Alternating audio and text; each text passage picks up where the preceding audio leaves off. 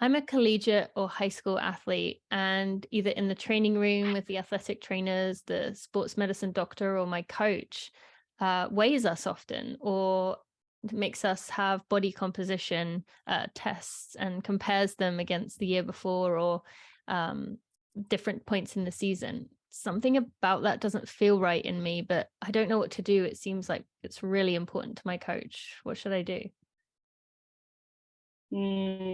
First, I'll always throw out there, you have the right to ask for consent. They have to ask for your consent to do any weight or body composition. And if you don't want to do that, then you're within your right. The second piece is to ask, what do they plan to do with that information? There is a lot of what I refer to as old school practices in sport where we believe that there's certain race weights or weight ranges or body composition that impact performance, but there is no research to back it up. And so it's antiquated practices that put a lot of stress on the athletes and miss the mark.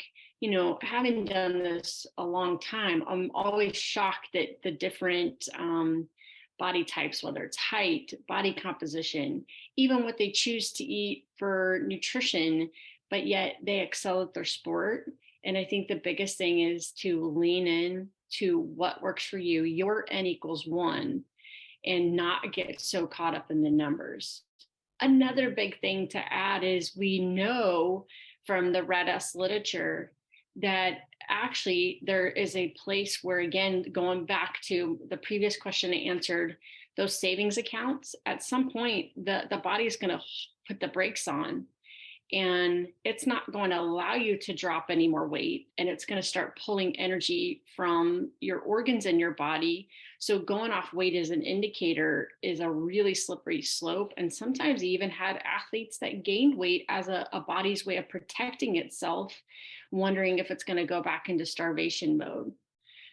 I know it's hard because coaches come from an authority, almost sometimes parental role, especially in college. You're with them all the time, more than your parents now that you've left the nest. So trying to advocate for what you feel like you need, what do they plan to do with that data? And is it ultimately necessary as well?